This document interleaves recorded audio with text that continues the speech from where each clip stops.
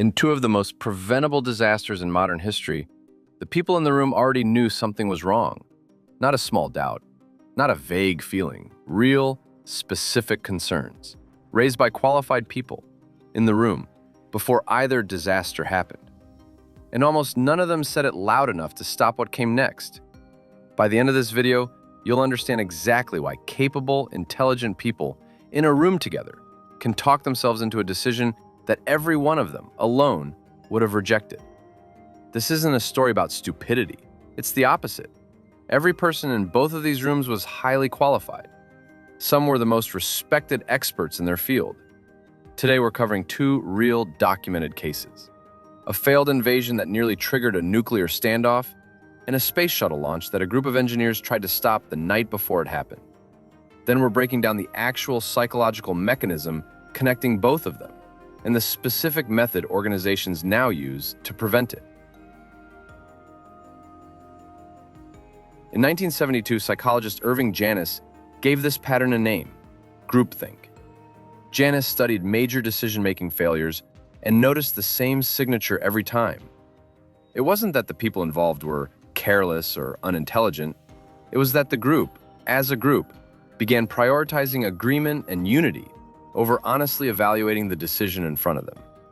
Dissent starts to feel like disloyalty.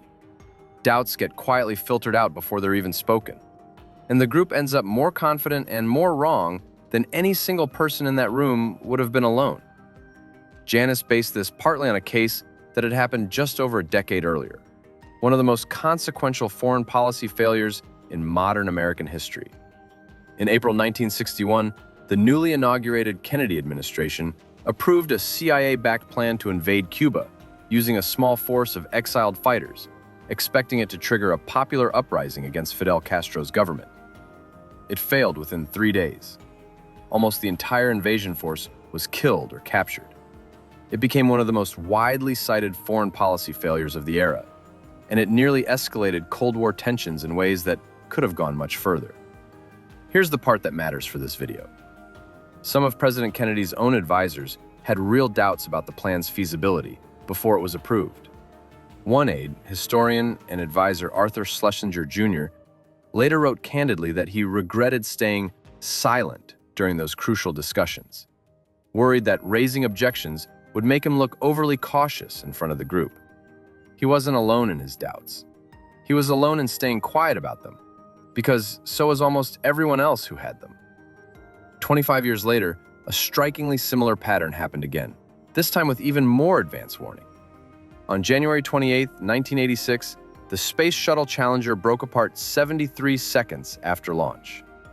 7 crew members lost their lives, including Krista McAuliffe, who would have been the first teacher in space.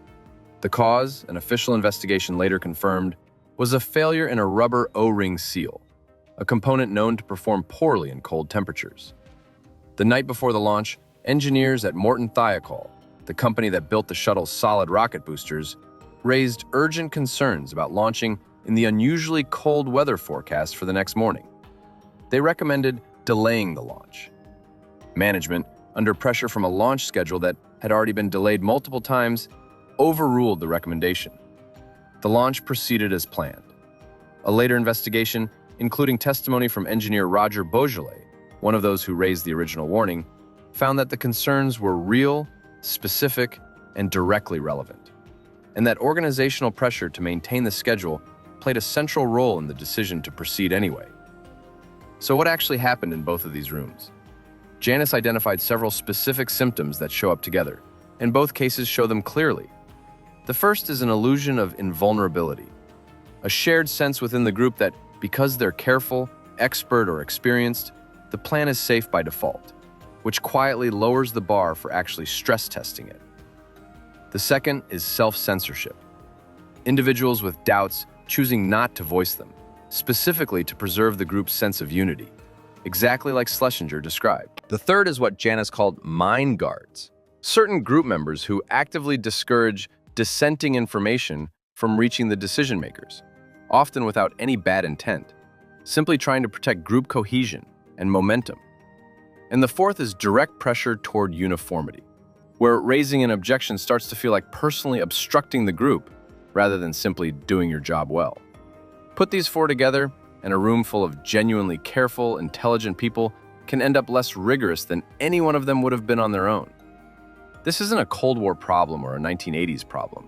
The same pattern has been identified in corporate collapses, including internal reviews of Enron's leadership culture, and in countless smaller decisions inside companies, hospitals, and governments every year.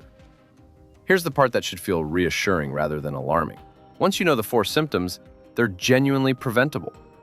Organizations that study groupthink now use specific structural fixes, not just speak up more as vague advice, but actual designed roles. One of the most effective is assigning an actual, rotating devil's advocate role in high-stakes meetings.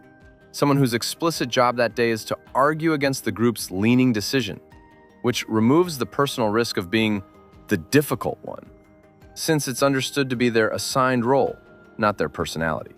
Another is collecting opinions anonymously and in writing before a group discussion even begins, so people's honest first assessment gets recorded before social pressure has a chance to reshape it. Both of the disasters in this video happened, in part, because doubts existed but arrived too late, too quietly, or to the wrong person. That's a fixable structural problem, not an unavoidable one. Here's what's worth sitting with. In both of these cases, the failure wasn't a lack of expertise, and it wasn't a lack of doubt. It was that the doubt existed in the room, and the room made it feel safer to stay quiet than to say it out loud. Think about the last time you privately disagreed with the decision your team, your family, or a group you were part of was making, and stayed quiet anyway. What would it have taken for you to actually say it? This is just one glitch in how groups think. There are plenty more coming in future videos. Subscribe to catch them.